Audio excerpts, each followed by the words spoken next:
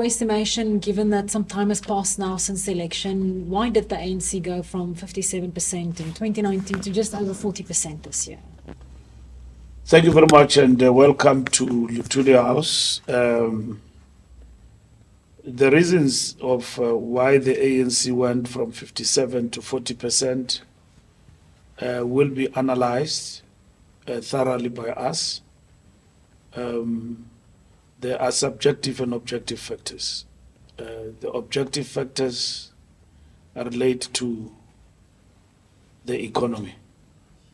The economy in terms of doing well, and at the same time alleviating a whole lot of our people out of joblessness, and ensuring that we perform well, to undermine things like a high cost of living for our people. Other factors, subjective, has got to do with, among others, how we probably are perceived in relation to our performance in government in terms of service delivery, and then to enthuse our base to be excited about voting and voting out in numbers for the African National Congress. We know on a good day, the ANC will easily get above 10 million mark. And if you now look and take a dipstick, which is what we'll be doing in the NEC, you'll realize that in those base areas, our constituencies, the people who love and follow and support the ANC did not come out in their numbers to vote for the ANC. And that affected our percentage badly in this particular instance.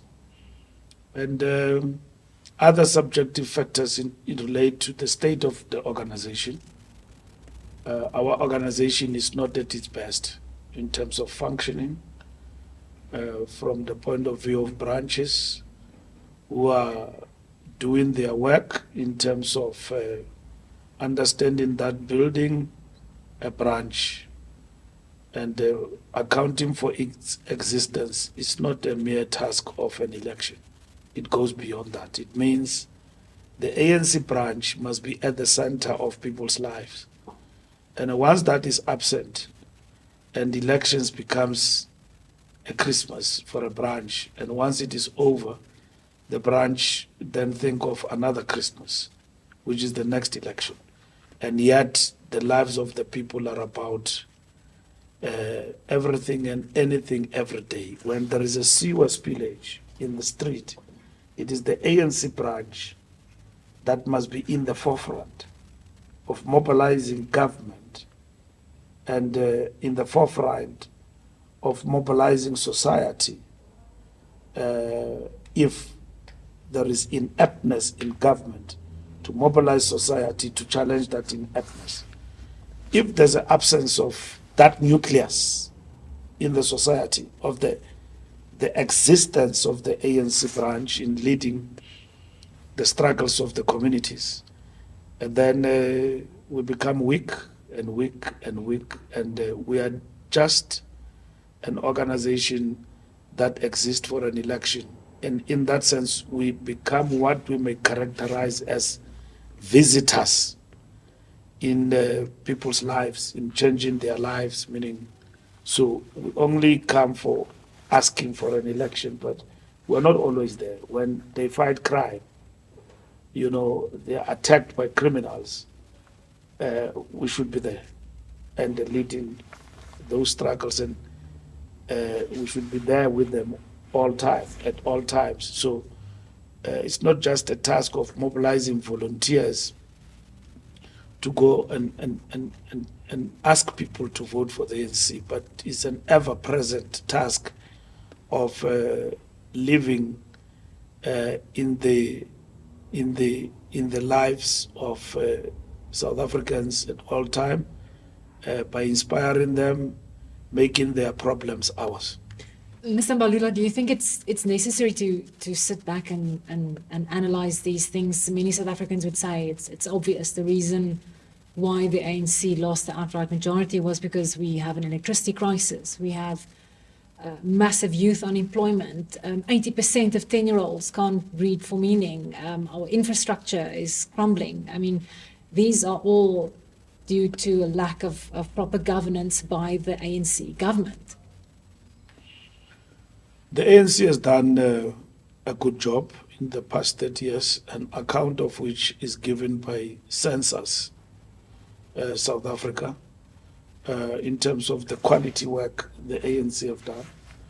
And that's why I earlier on characterized the challenges of dropping from 57% to 40% as both an account of subjective and objective factors. It is objective because if you look at the cost of living and the price of fuel and all of that has got everything to do with what is happening in Ukraine and Russia conflict. How globally that has actually affected us. So, I mean, if things like the electricity crisis, which also increases the cost of living, that's not Ukraine. It is an objective factor. The electricity crisis in itself has also contributed to the negative mood in the country and dampening, the mood of those potentially would have come out and voted for the African National Congress. It would have meant that those who came out to vote, they've come out, but not in their numbers. So in this particular instance, all those factors indeed affected our percentage as well. There have been some analysts who say that this was a humbling moment for the ANC. I think even some ANC members have sort of alluded to that you've been humbled at the polls. But it doesn't seem to me as though the organisation is quite ready yet to take responsibility for all of these failings, which have contributed to people that have in the past voted ANC to say this time we're not going to vote ANC. If you look at the overall percentage and the outcome of the election, you've got 58% voter turnout, which basically tells you that you've had a drop from the previous elections in terms of the voter turnout. So first you look at this election in terms of low voter turnout. And in the low voter turnout, the ANC got 6 million. By far, it is the largest expression of the peoples of South Africa's interest in a way of the party that is actually followed in a low voter turnout. The parties that have eaten away from the ANC are the ones that have come out of the ANC itself. And then if you look at the combination of all these parties outside that party that have eaten from the base of the ANC, which is Jacob Zuma, you will realize that all of them combined wouldn't have brought us below 50%. But Zuma contributed significantly to that drop. So in this particular instance, when other people speak, hypothetically, they say, man, the ANC can still continue because once they combine with Zuma, they can govern and all of that. And so, because it's the same constituency, same base that voted for them and all of that. And so that tells a story. Do you agree with that? The majority of people who voted for the MK party came from our constituency base. So there is nothing new about that. Is that the fault of former President Jacob Zuma, or perhaps the fault of the ANC for not handling that issue better? There's no question of fault. I'm analyzing the elections. And then there's no question of fault. We went to an election with an open mind, knowing the risks that were there, and Zuma was one of them. And now it's over. It's not a question of fault of anyone. We fought hard to push that back, but we failed. We failed in a sense that Jacob Zuma has actually emerged with a powerful number of significant people who have voted for his party. Did that take the ANC by surprise? It did not take us by surprise, the vote, as we went to an election knowing very well that that is a major risk. the question of numbers in terms of what he has actually registered, and it's not a shock and a surprise because we knew that he's very strong in KZN. And so the numbers that came out in support of him from that part of the province, which has reduced the ANC to third opposition party in that province, explain everything. And that's what has actually happened. And so that's why we kept on going back and back in KZN, but JZ emerged there as the number one party in that province. It seems as though, and correct me if I'm wrong, that there's perhaps a sentiment that given the fact that perhaps, as you've said, you've got the MK party, which was born from the ANC, and also to an extent the EFF, also more further back in time, that given the right moves by the ANC, you could sort of convince those voters to again vote for the ANC in the next election and then get your majority back. Do you think that's realistic? The ANC is a party of these people who have voted for Jacob Zuma. They've got their own grievance and expectation. Let's leave that part. There's a big number besides the 2.3 that have voted for Zuma that did not turn up to vote in our biggest townships and all of that. What you do as the party is to analyze data, what is the grievance, and then you respond to that. Because the majority of our people, if they came out in their numbers and voted, the Zuma phenomenon would have died down. But competing things here was that you've got Zuma, who's got a base in our base, and then you've got our people in our base who in their numbers did not come out and vote. And I've said to you, the account for that, our capacity to deliver for these people, sustainability to deliver, issues around that affect them in the main jobs and jobs, issues around electricity supply, which have actually affected them. But all of these are interlinked to the question of the functioning of the economy. And so you are able to turn that around and you respond to the issues that affect these people, then the fortunes of the ANC will change. You know, if you go to Soweto and you go to a township in Soweto or a section called, let me say, Deep Kloof, and deep in Naledi, people there have been without electricity for 10 years. So they said to us when we were campaigning, we hear you, but we've been, you hear you talking about load shedding, but in our townships we've been without electricity for 10 years. Why? Because the electricity infrastructure was vandalized. That belonged to Eskom. Has never been repaired or installed back. And as a result, we've been without electricity throughout. So give me a reason why I must wake up and be enthused to go and vote. Not even for the ANC, because the ANC is not in charge of Johannesburg and so on, but enthused to go and vote because when I wake up, nothing is functional.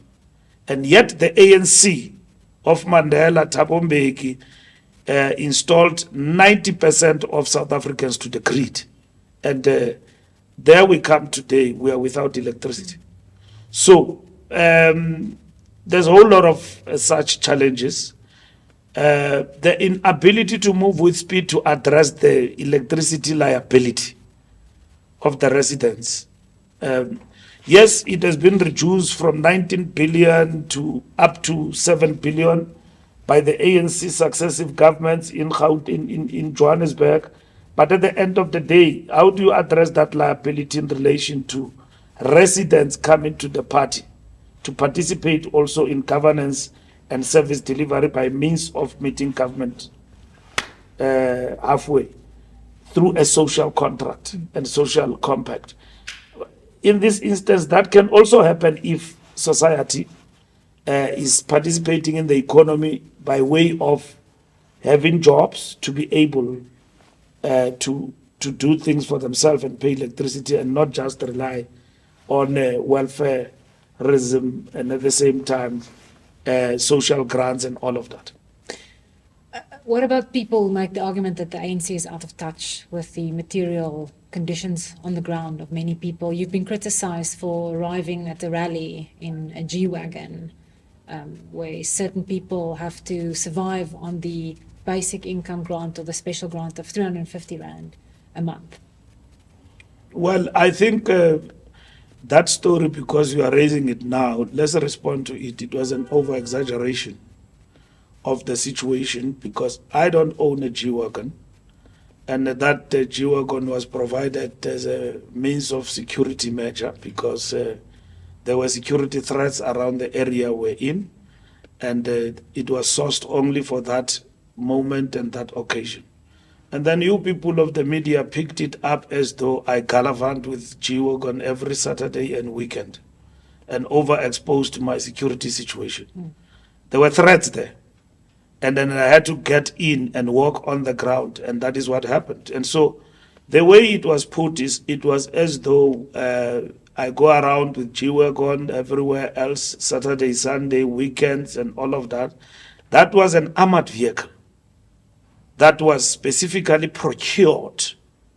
And even in that procurement, it was given to the ANC security for free of charge, because at that moment they did not have any other vehicles except that one. And the situation as it was, it called for an armored vehicle as we entered that particular township. But it was projected because the ANC had to be projected as insensitive, as having these leaders who are doing what we call wealth exhibition, who don't care about the poor. It became the buzzword, particularly from Afrikaner leading news and all of that. Was it unfair then? No, it was unfair to raise it as though we go around with G-Wagons every day of our lives and we are being insensitive to the conditions of our people. I don't own a G-Wagon. I don't have one. I don't even own an armored vehicle. But the fact of the matter is that given the dangers of that place and the security threats that were there and the recommendations that were made, they then strongly not commanded that you must use this vehicle among others when you go to this particular area A and area B. I don't have a G-Wagon. I don't have an armored vehicle. I don't even use it anywhere else. Even to account about it, that it was an armored vehicle, it became a difficult story because you're dealing with a security situation. Because for those who gather information and counter information in terms of you being protected, it also become a risk. But I did not understand why would the media make that an issue in the context of the election campaign when they have actually been briefed that this is a security measure, and then it is not an issue either than that. But they pursued the issue as though that is our lives. Some of us, that's how we live and all of that. I don't. While we're on the issue of security, when I see those blue light brigades and the massive security details around some of the ministers, I always find it interesting because if you are a leader in society and if you are providing services to the people, why do you need to be protected from them? Blue lights are not used for protection. They are used for VIP passage, and it is not supposed to be abused for emergency basis, because VIPs in government, blue lights, serve the nation. And then they move from one end to the other, and then you can have a blue light in your car, but you don't have to use it all the time. You just use it for emergency in order to reach your destination on time and to be able to attend to your duties. You may find that a VIP attend to 7 obligations and duties in a day. The problem arises when you ideologize the service given to VIP people by political parties. And it started in the Western Cape and by the DA.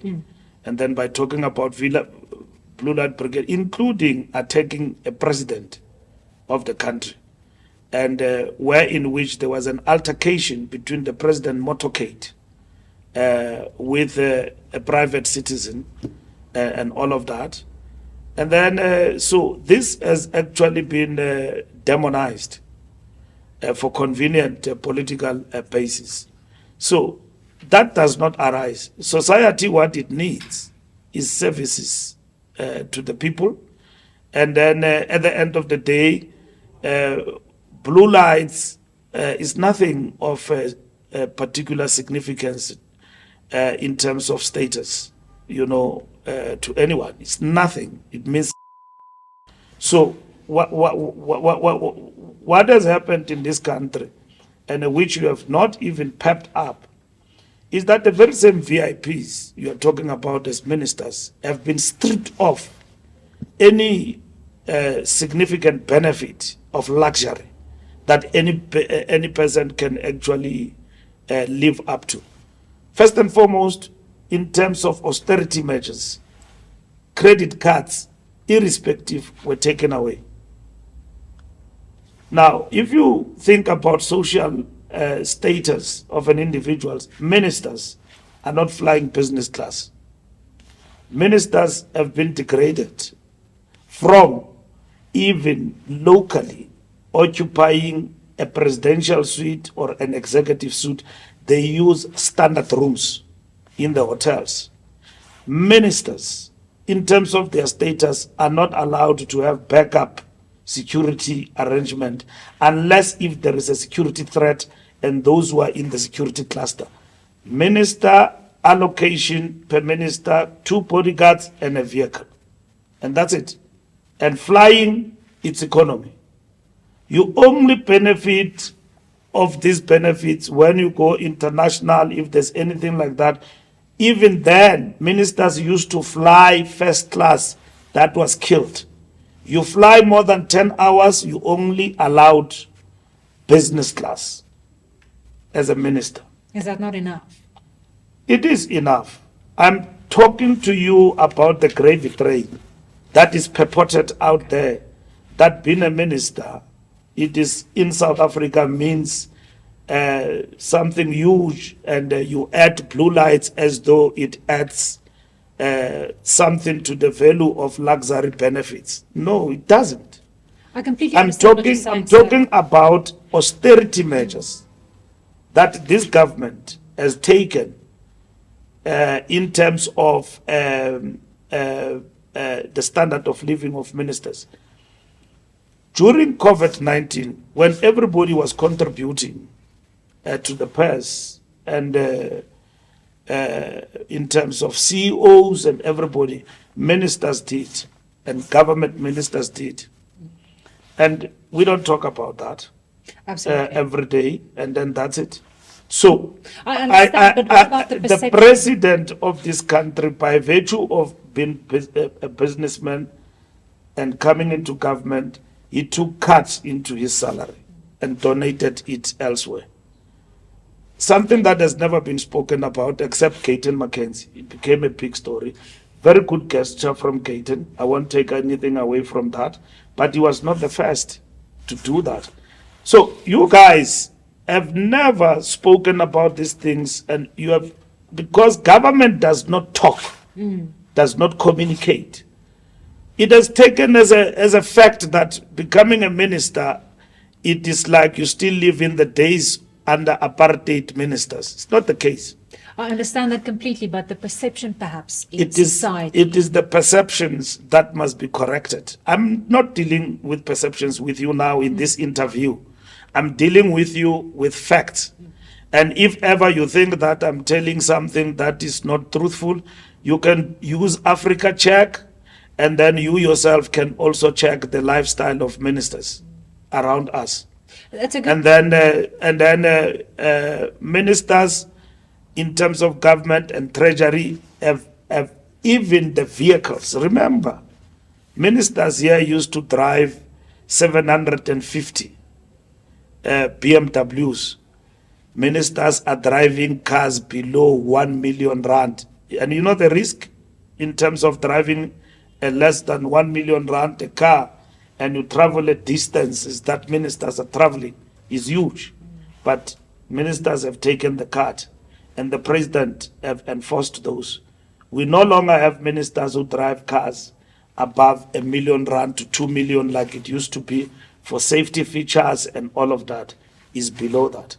And yet you travel the whole country with that particular vehicle, and everywhere else you can go and you can think of, because ministers are not idling.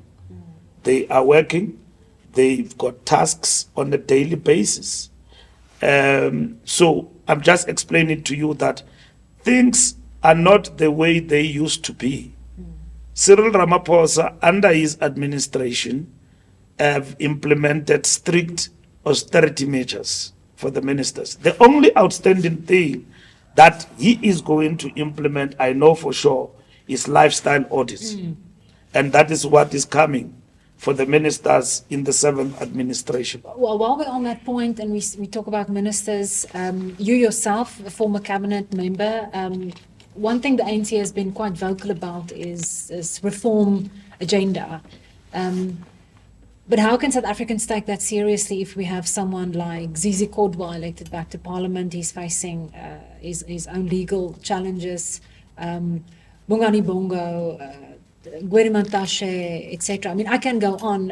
Why did the party not take steps against these people? Why are they back in cabinet? Also, William Kize. No, there's nobody who's back in cabinet who's got a questionable issue. But back in parliament. Let me explain to you.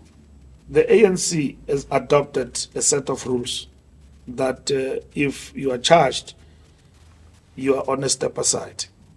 And then that step aside means it affects all of us and everyone else. And there are many people of the ANC who are on the step aside. Zizi Kodwa is on the step aside. Why is he back to parliament? He is on a step aside in relation, you may argue that. I'm just asking. No, I'm saying you may argue that in relation to the step aside. There's no exceptionalism, because Parliament, without holding a specific role, in terms of our step aside role, it meant you can participate as an ordinary MP. So, but he's still an ANC MP. You still seat him to parliament. He's an ANC MP. I'm explaining to you that the step aside rule that we have implemented affect members in relation to the role they occupy. So there is a lacuna in relation to step aside in as far as it relates to membership of an individual, because the step aside rule does not affect your membership or a role you can play in the legislature and so on. But occupying a role in the position, it is not allowed in terms of step aside. So should that be reviewed going forward by the ANC? That is the task of the National Executive Committee, and that is what will actually happen. But I can explain to you that the people, some of them you have mentioned here and all of that, are not arrested, have not been arrested, have not faced any court of law and all of that. So to an extent, to an extent that the individual you are talking about, Kweda Mantashe, William Kize, and all of that, that you say that they shouldn't participate in parliament. Yes, Zizi has appeared in court, and then he stepped aside as a minister, and he stepped aside as a member of the National Executive Committee.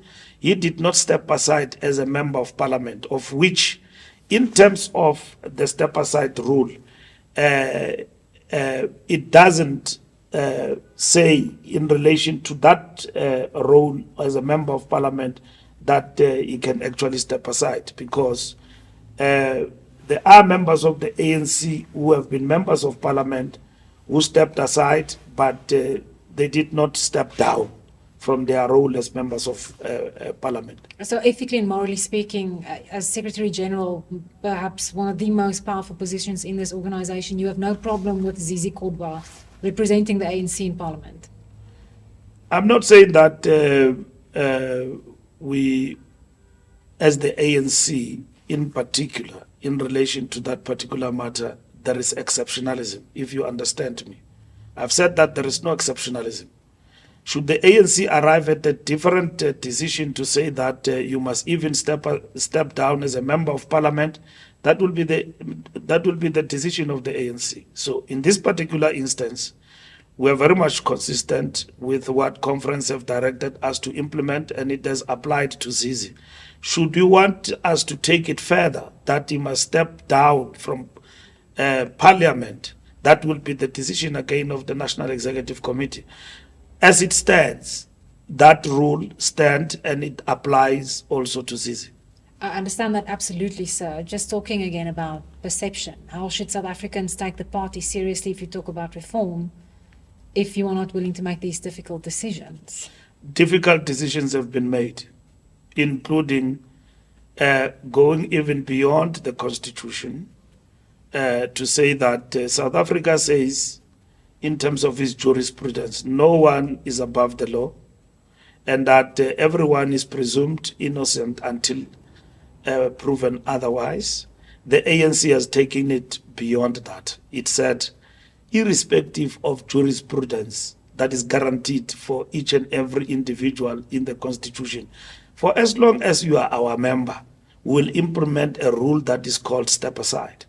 And that is taking matters even higher, and even higher in terms of reproach, to an extent that an individual is charged and then is a member of parliament, and like Zizi, it has happened with other members, but they stepped down in terms of their roles of significance in government and even in the party. So the ANC have not said that you cannot be a member of parliament in this particular instance, because it so happened that others also step aside whilst they were members, public representative, but in that parliament they did not occupy any position. So in this particular instance, the National Executive Committee will convene a special meeting to focus on matters of integrity, and will make an evaluation on some of these matters, and that will include cases such as the one of Zizi. But I can explain to you that there is no Zizi exceptionalism and inconsistent implementation of the step-aside rule of the ANC. Let's go back just then to the few days following the election results, when the picture became clearer regarding the support for MK, and it talks about what would a coalition scenario look like. Was there ever a moment that the ANC seriously considered the demand made by MK that they'd be willing to work with the ANC if the ANC forced President Cyril Ramaphosa from his position? We have met with all political parties. We have met with MK. They said they wouldn't join the GNU, Government of National Unity. It was not clear what they wanted, whether they wanted a grand coalition with the ANC. They did put across their issue about President Ramaphosa, but they were not firm about it. They did put it across, and then we placed it on record in public and to them that to us it's a red line. So there was no issue about it. So MK Party, in relation to what they stand for and what they want post the elections, is only known to themselves. We have taken an initiative to engage with them, even though it was a risky engagement in the sense that we don't know where the power lies in relation to the party, but a delegation was put together, which we respected, and we met. Because when we deal with a structure that it is not clear in terms of its existence, where does the power lie, whether it is with Jacob Zuma or with others and all of that, it is very shaky. So I would say that maybe days of firm engagement with MK are still coming, but we did have an exploratory discussion with them, and we engaged, and at the end of the day, we came to where we came to because there was no absolute clarity about where does it place itself in relation to the body politic of South Africa as it stands today. But if it becomes clearer in terms of where the power lies in the party, is the door still open for the ANC to work with MK, to invite them into the government of national unity? We have now established government. We have passed talks about talks and exploratory discussions. We have set up government within record time, within 14 days. We have inaugurated the president. South Africa is moving forward now. The political situation in the country is not static. We subscribe to that particular notion, that nothing is static. And then each and every situation that arises will be subjected to a rigorous political analysis and engagement, in as far as it either threatens the stability of government as it stands, or at the same time it takes us forward in a different way. From where we stand, we have started well. Government is operating. GNU has taken off. We are going to the state of the nation. Many people were grappling with this concept. How are political parties going to balance their oppositional position and yet participating in government? Is uncharted waters. So we're moving forward. Were you surprised in these 14 days following the election when government talks were taking place? Were you surprised at how easy perhaps it was for the ANC and a party like the DA to find each other? I was not surprised. We were not surprised based on the engagement because the talks were hard and were difficult. What was the most difficult thing about them for you? The most difficult thing in terms of engagement was the statement of intent, what it represents, our interpretation of it, having signed and agreed on it. So the strategic framework began to lay the foundational principles, and also from the side of the ANC, we had to first agree on the scenarios and the model we needed to follow. And at the end of the day, we arrived at what we arrived at first because we wanted to safeguard national interest. And then that's why we use the word people's interest, not in vain, because we did not get outright majority.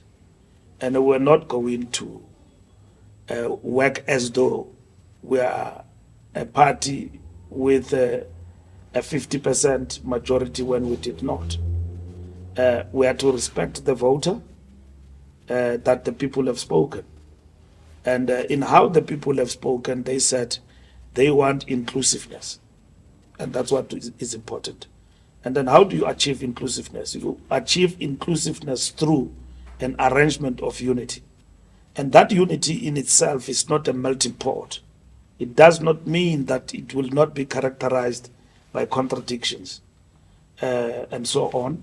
But how then again do you work on a model that those contradictions, as they find expression and bubble, you are able to arrest them and address through a model that you have actually designed. So that is why within the GNU arrangement, we've got a clearinghouse, what we call a political council of sort, which must still come into existence so that you do not have an unstable government. But even the nature of our own governance system, it means that GNU will still be sustainable, irrespective. But at the end of the day, you're not doing it for the sake of it. You want to do it for the stability of the country, to ensure that you have redress in continuous, but at the same time, there's growth and job creation for our people in South Africa. What about the concern that people have raised that it's easy now what's been done? Perhaps this was the easy part, but when it gets to those deep ideological differences that the ANC and the DA and some of the other parties in the GNU have on issues like black economic empowerment, national health insurance, all of these hot button issues, when those ideological differences come to the fore, how are you going to meet that deadlock? You can only meet that deadlock by winning elections with outright majority. How do you negotiate the ANC out of NHI? How do you negotiate the ANC out of triple BEE? You can only do that if you get outright decisive majority. You cannot take us out of that. How do you negotiate us out of worker rights? So those issues are not going anywhere. It's been cemented. It is just a basic science of politics that you can only negotiate one party out of its thinking through outright majority. And then if you come to an arrangement of a GNU, you don't have the numbers to take us out of that thinking. When we go to our people and ask for a vote, we are asking them to vote for social transformation and progress and redress. That's what we ask them to do. And in simpler characterization, we call it the National Democratic Revolution. Don't be threatened by the word revolution. The National Democratic Revolution is about addressing the situation of South Africa, that we are unequal and we need to move forward by embracing equality, and not just embracing it, ensuring that it does happen. There are people who still don't believe in the notion that we live in a country, in the first world country with two worlds inside. The first world and the second economy is the one that is characterized by all these challenges that we can talk about, joblessness and all of that, which people depend on social grants, government intervention and so on. The first world is another world. So there are people who don't agree, for instance, with that notion. So you can't take them out of it just by mere rhetoric and talk. You can only take them out of that because we believe in redress. If you want to take us out of that and you've got your own different characterization, you must win the elections outright, and then all of the things you want should happen will happen. On the issue of the social grants, is it not an indictment on the ANC that we have so many people in this country dependent on those grants?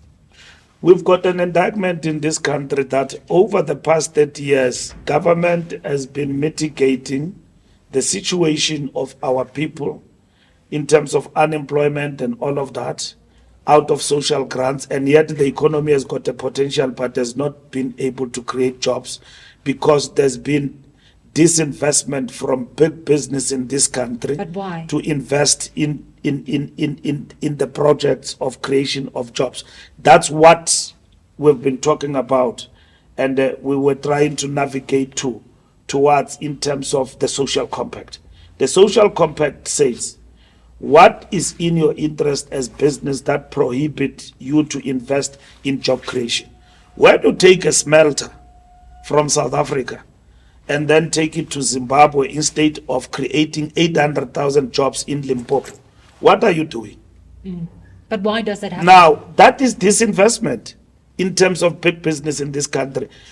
Somebody says, in the name of Herbesoff, we've got 1.3 trillion investment, but we hold him back, we're not going to go.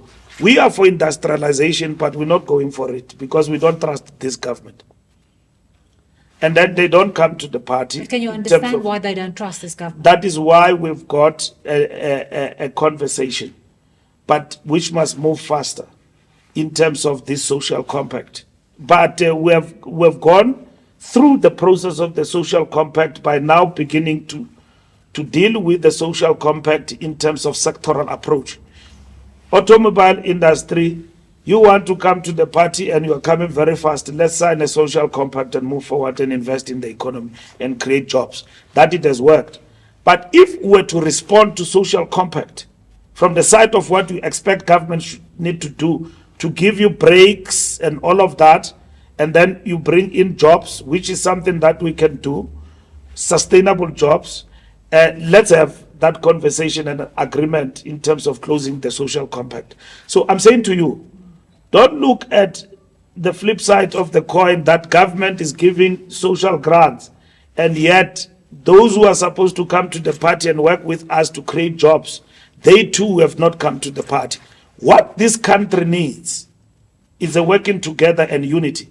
It doesn't need rhetoric and insurrectionary phrase mongering and ending. It needs cool heads.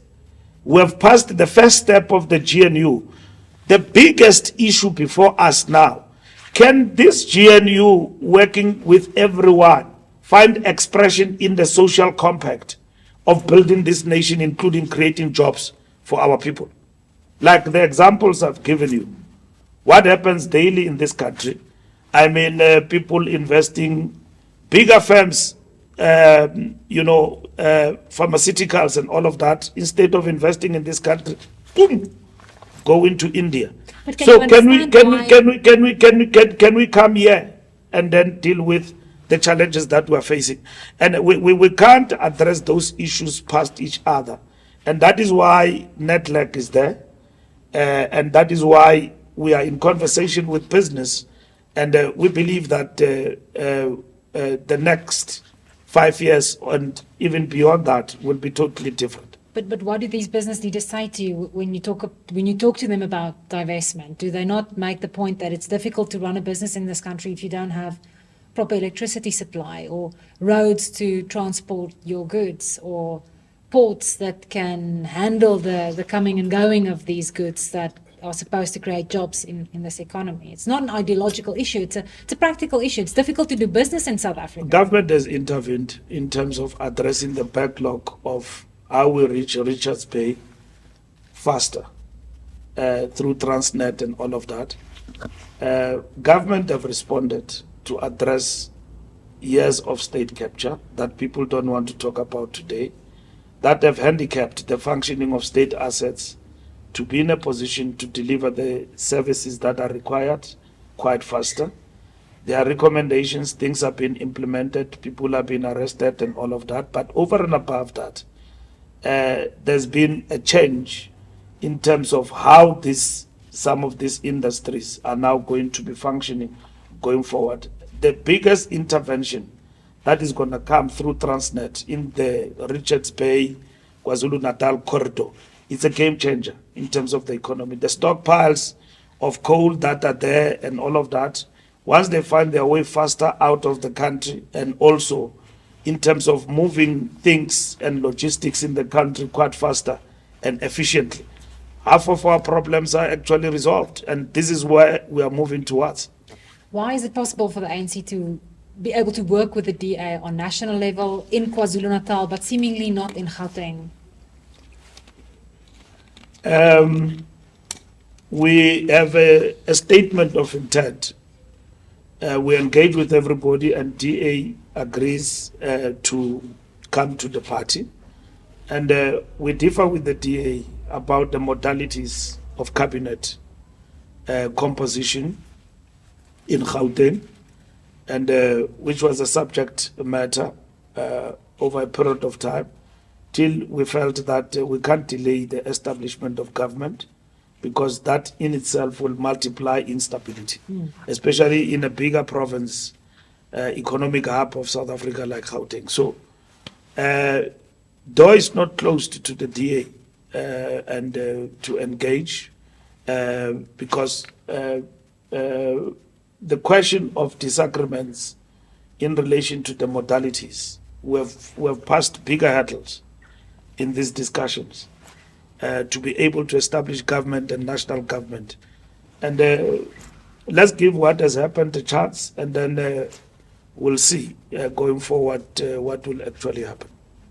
But can we agree that there really needs to be some kind of intervention in this province, specifically the metros? I mean, you just drive around the CBD in Johannesburg, and I mean, it looks almost apocalyptic versus where it was 10 years ago. Our roads are falling apart. There's issues with water supply. It really does need a serious and drastic intervention. You are correct. 10 years ago, who ran the city? It's us. And then we lost power. And then there were coalitions that were unstable. Absolutely. And that did not deliver for the people. Potholes in the suburbs in Johannesburg were fixed like in the day. Because there was JADA and many other companies created within the city that were able to move faster to do things. A whole lot of things happened here. And it's difficult to manage an unstable government through a coalition. It's very difficult because what we have avoided to do is exactly what we characterize in our coalition perspective as the ANC. That the party that has won elections must work with others to create government, and that will bring stability. We have avoided that. But that has been a recipe for disaster for years because mayors get to be changed weekly.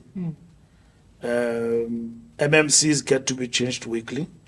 And then we have not insulated the public service of local government from the political arrangement in the GNU, or you call it a grand coalition and of sorts and all of that. We have not. As the new administration goes, the new municipal manager also has got to come in. How will you run government like that?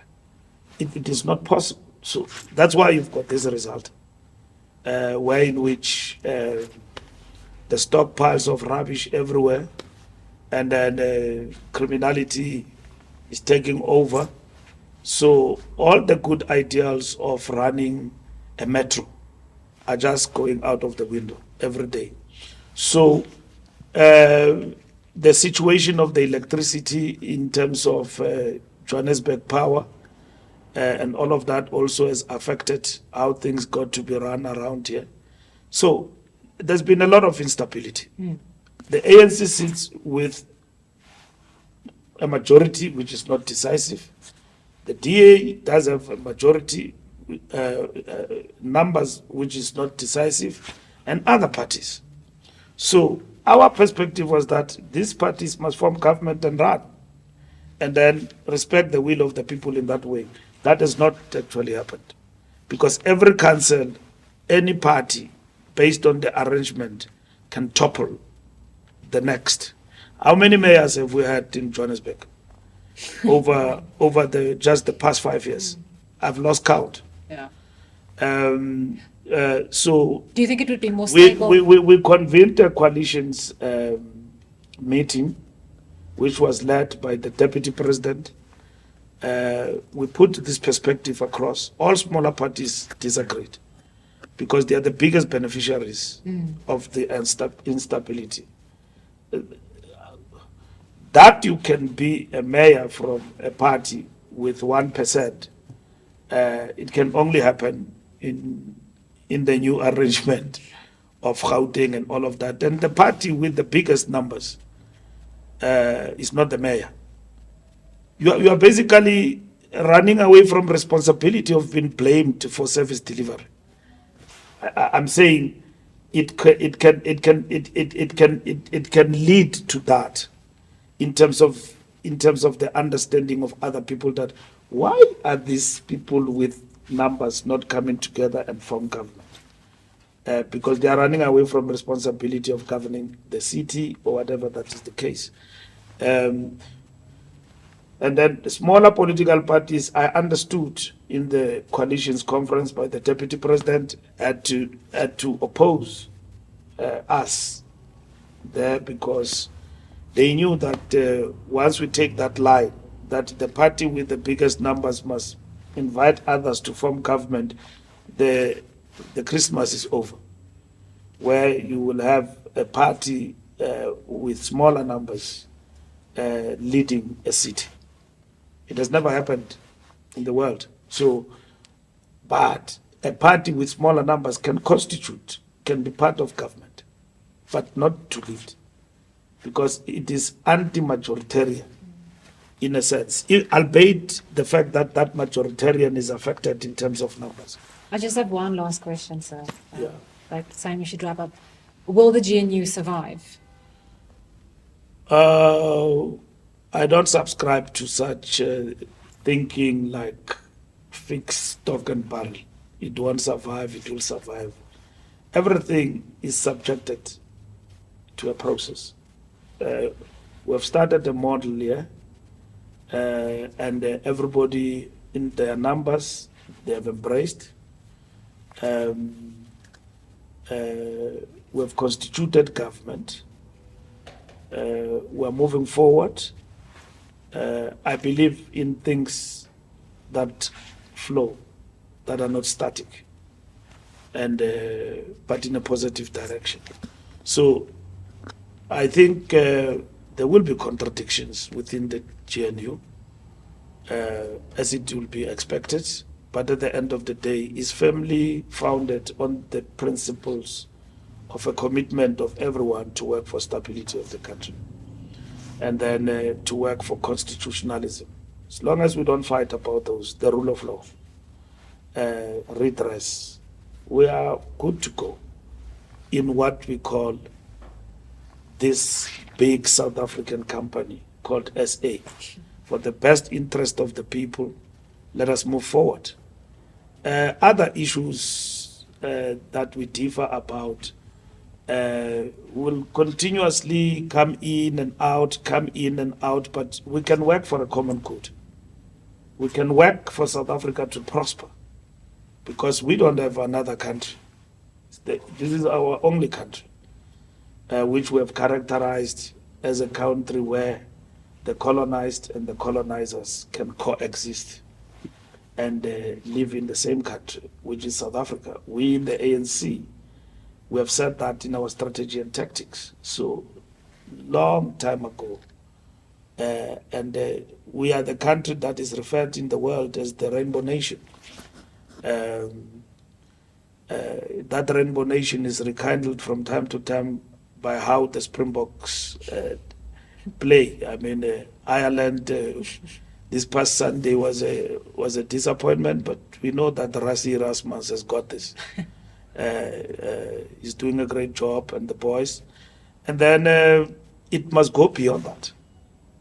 Just celebrating our achievements in the sporting front, but can this South Africanness find expression in the common good of national interest of building the economy?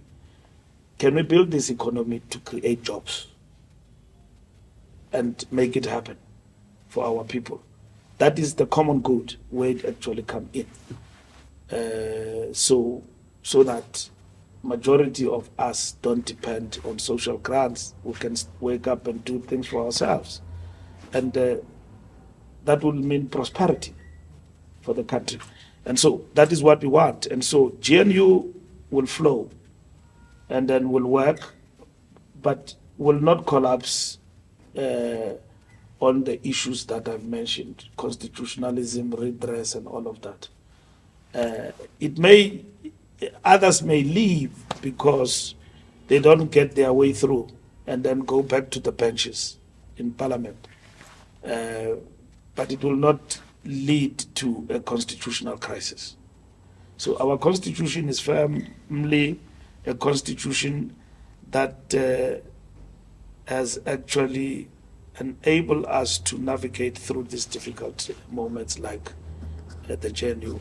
I know that within our ranks and even outside, some are critical of the GNU arrangement. They call it a marriage of the DA and the ANC, which is a fundamental distortion in political terms. In reality, this is a multi-party arrangement where even the smallest party has been allocated the biggest ministry, like land reform, which is the PAC. smallest parties participate in government, either as deputy ministers, not just for the sake of it. The smallest party can lead tourism like good. Smallest party can lead correctional service like FF Plus. And then DA can lead some of the, important ministries in our country.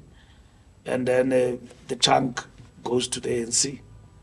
So even ANC people who are saying, some of them, honestly speaking, it's a question of political education for them to understand that the ANC, in terms of its percentage, have been respected in this arrangement.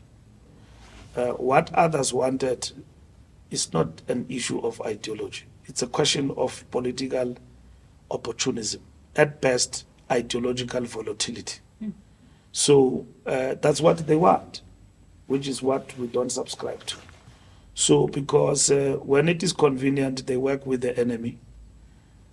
I mean the enemy not in the crudest form of defining our opponents as enemies, because they are not enemies, they are our opponents. Our enemies are those who are opposed to social progress for who we are and what we stand for.